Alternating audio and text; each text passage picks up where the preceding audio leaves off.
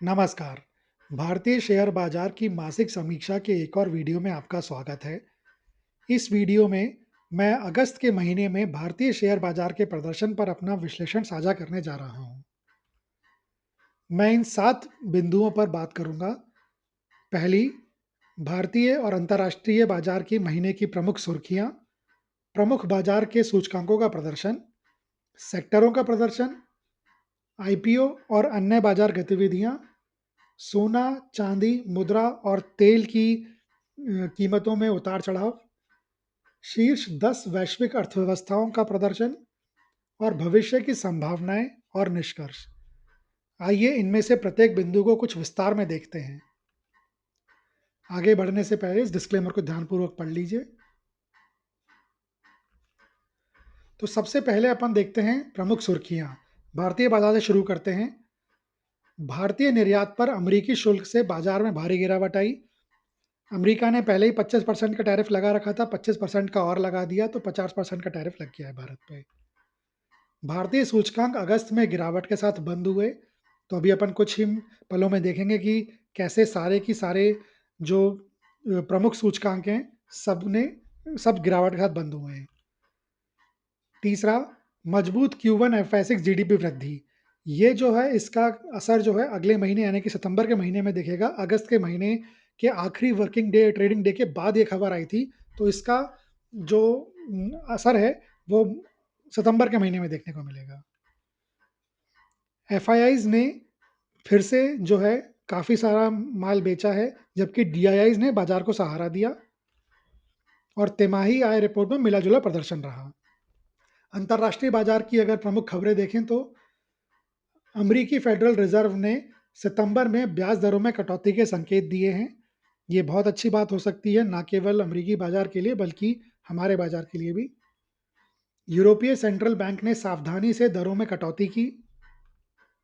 चीन की फैक्ट्री गतिविधि में लगातार 5वें महीने गिरावट आई। राजनीतिक तनाव के बीच कच्चे तेल की कीमतें अस्थिर रहीं और अमरीकी अपीलीय अदालत ने अधिकांश शुल्क जो कि अमरीकी राष्ट्रपति डोनाल्ड ट्रंप ने लगाए हैं, उनको अवैध घोषित कर दिया। लेकिन उन शुल्कों पे, उन टैरिफ पे अभी कोई रोक नहीं है, वो वैसे की वैसे लगे हुए हैं। 15 अक्टूबर तक का समय दिया है कि सुप्रीम कोर्ट में जाके अमरीकी की सरकार जो है इस फैसले के खिलाफ याचिका दायर कर सकती है। ठीक है, आगे बढ़ते हैं।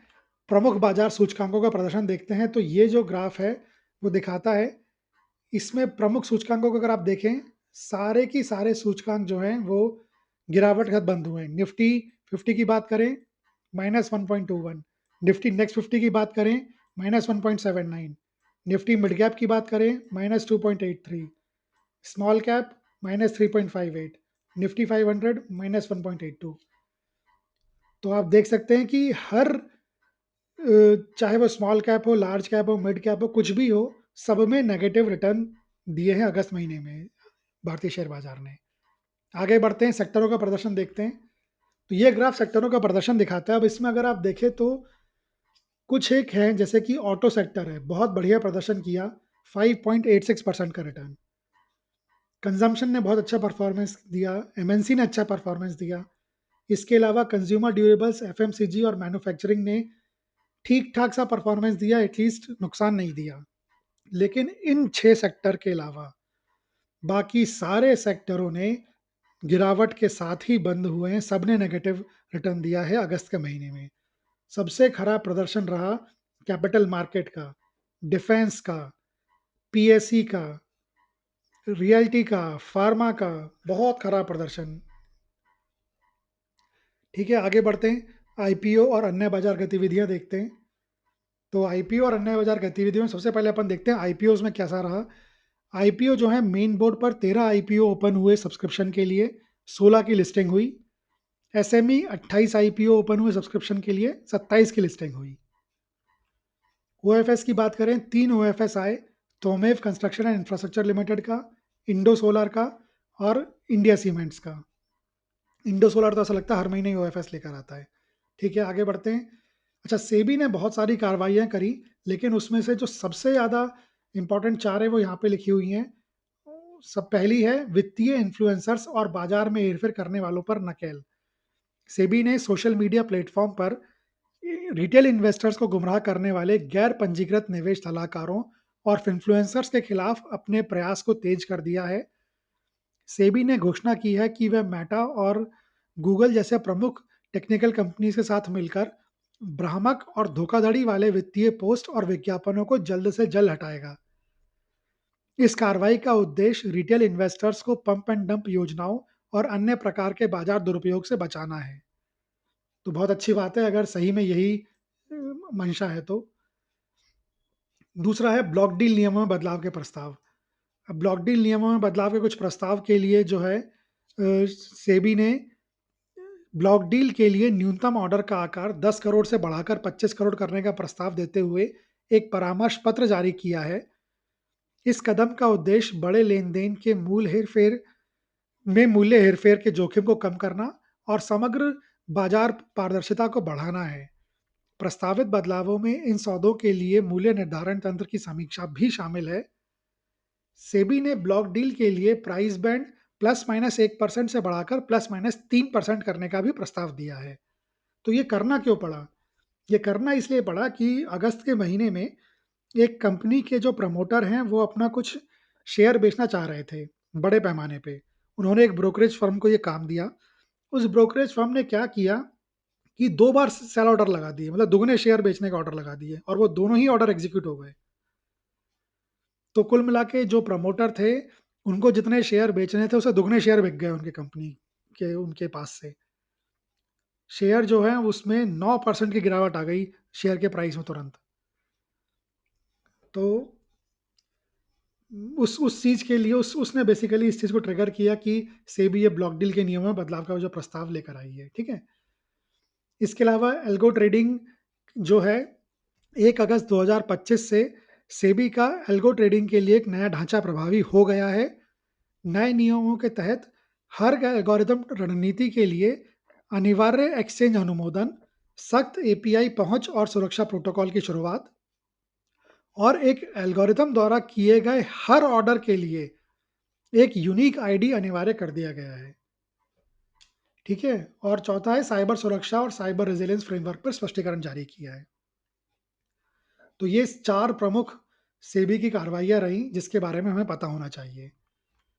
इसके अलावा जो कुछ और चीज़ रही वो रही एफआईआईज़ और डीआईआईज़ की खरीदारी या बिकवाली। एफआईआईज़ की बिकवाली रही 46,903 करोड़ रुपए की बिकवाली करी।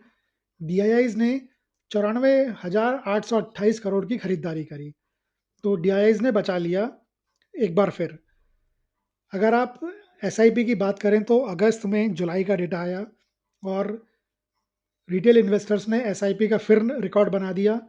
28,464 करोड़ रुपए की एसआईपी हुई। बिटकॉइन की बात करें, बिटकॉइन जो है अगस्त महीने में बंद हुआ 95,45,868 रुपए पे एक बिटकॉइन की कीमत पे बंद हुआ ये। ठीक है, आगे बढ़ते हैं। सोना, चांदी, मुद्रा और तेल की कीमतों के बारे में बात करते हैं।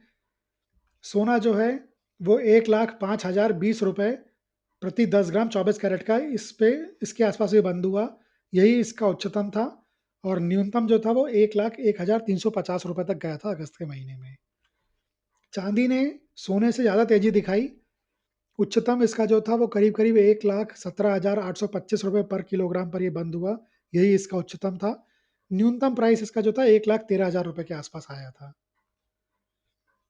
अमेरिकी डॉलर और भारतीय रुपए की अगर बात करें तो अगस्त के महीने में बंद होने पे ये 1 अमेरिकी डॉलर 88.18 रुपए के बराबर रहा। उच्चतम जो है 88.25 तक गया था और न्यूनतम जो है 87.36 तक गया था। कच्चे तेल की बात करें तो ब्रेंट जो है वो उच्चतम $70 प्रति बैरल पे गया था, न्यूनतम 61.29 पर। डब्ल्यूटीआई की बात करें, उच्चतम $69.70 प्रति बैरल, न्यूनतम 62.70। ठीक है? अब बात करते हैं शीर्ष 10 वैश्विक अर्थव्यवस्थाओं का प्रदर्शन कैसा रहा अगस्त के महीने में। तो ये ग्राफ वो प्रदर्शन दिखाता है। इसमें अगर आप देखें तो चाइना का परफॉर्मेंस सबसे बढ़िया रहा। चाइना ने करीब-करीब 8% का रिटर्न दे दिया अगस्त के महीने में। ब्राज़ील के मार्केट ने 6.28% का रिटर्न दे दिया। कनाडा तीसरे नंबर पे रहा 4.79% का रिटर्न, जापान चौथे पे 3.05, इटली पांचवें पे 2.95, यूएसए छठे पे 1.91, यूके सातवें पे 0.60, जर्मनी आठवें पे -0.61, फ्रांस नौवें पे -0.88 और इंडियन शेयर मार्केट ने सबसे खराब परफॉर्मेंस दिया -1.38% का अगस्त के महीने में। तो काफ़ी खराब स्थिति। देखते हैं आगे क्या होता है। ठीक है, आगे बढ़ते हैं और देखते हैं कि भविष्य की संभावनाएं क्या हैं और अगस्त के महीने का निष्कर्ष निकालेंगे फिर। ठीक है, तो अब अपन बात करते हैं भविष्य की संभावनाओं पे। तो सितंबर 2025 में देखने योग्य 6 प्रमुख कारक और रुझान हैं, जिसमें कि पहला है अमेरिका और भारत का व्यापार का तनाव। ठीक है, तो भारतीय निर्यात पर नए अमेरिकी शुल्क का असर एक लगातार चिंता का विषय रहेगा। बाजार दोनों देशों के बीच किसी भी राजनयिक या व्यापार संबंधित बातचीत पर बारीकी से नजर रखेगा। इस मुद्दे के इर्द गिर्द की अनिश्चितता निवेशकों की भावनाओं और एफआईआई प्रवाह पर दबाव डालना जारी रख सकती है। दूसरा है जीएसटी काउंसिल की बैठक। जीएसटी काउंसिल की एक महत्वपूर्ण बैठक 3 और 4 सितंबर को निर्धारित है। बाजार के भागीदार बेसब्री से इसका इंतजार कर रहे हैं, खासकर जीएसटी दरों को तर्कसंगत बनाने के लिए किसी भी फैसले का। एक सरलीकृत दो दर संरचना में ऑटो, एफएमसीजी और कंज्यूमर ड्यूरेबल जैसे क्षेत्रों को काफी बढ़ावा मिल सकता है। तीसरा, वैश्विक सेंट्रल बैंक की कार्रवाई। निवेशक प्रमुख जो वैश्विक सेंट्रल बैंक हैं, खासकर कि अमेरिकी फेडरल रिजर्व, उसके बयानों और कार्रवाइयों पर नजर रखेगा। ब्याज दर में कटौती या उनकी मौद्रिक नीति में बदलाव से के किसी भी संकेत का वैश्विक पूंजी प्रवाह पर, जिसमें भारत में एफआईआई निवेश भी शामिल है, महत्वपूर्ण प्रभाव पड़ सकता है। चौथा है डीआईआईस का समर्थन। अगस्त में बाजार की स्थिरता काफी हद तक डीआईआईस की मजबूत खरीदारी के कारण ही थी, जिसने एफआईआई की बिकवाली की भरपाई की। इस घरेलू समर्थन की स्थिरता एक महत्वपूर्ण कारक होगी जिस पर नजर रखी जाएगी। एसआईपी में लगातार रिकॉर्ड तोड़ प्रवाह बाजार के लिए एक सकारात्मक संकेत होगा। पांचवा, भू राजनीतिक और वैश्विक घटनाएं। एससीओ बैठक जो कि चीन में हो रही है, जैसे प्रमुख वैश्विक घटनाक्रमों पर ध्यान केंद्रित रहेगा, क्योंकि किसी भी विकास से अंतर्राष्ट्रीय संबंधों और व्यापार पर असर पड़ सकता है।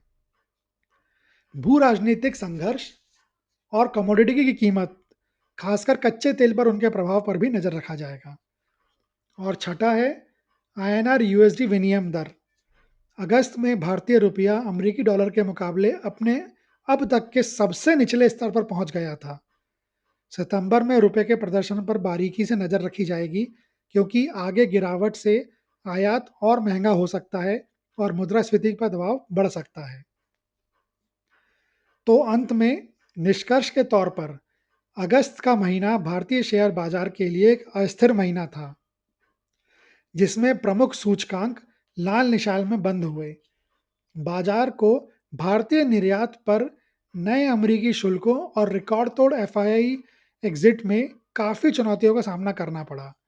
हालांकि घरेलू संस्थागत निवेशकों यानी कि डीआईआई की मजबूत खरीद ने महत्वपूर्ण स्थिरता प्रदान की और अधिक तेज गिरावट को रोका, जिससे बाहरी दबावों के मुकाबले घरेलू अर्थव्यवस्था का लचीलापन उजागर हुआ। इस वीडियो में मेरी तरफ से बस इतना ही। इस वीडियो को देखने के लिए धन्यवाद। अगर आपको यह वीडियो अच्छा लगा हो तो कृपया इसे लाइक करें, कमेंट करें, शेयर करें और चैनल को सब्सक्राइब करें। गुड बाय और हैप्पी इन्वेस्टिंग।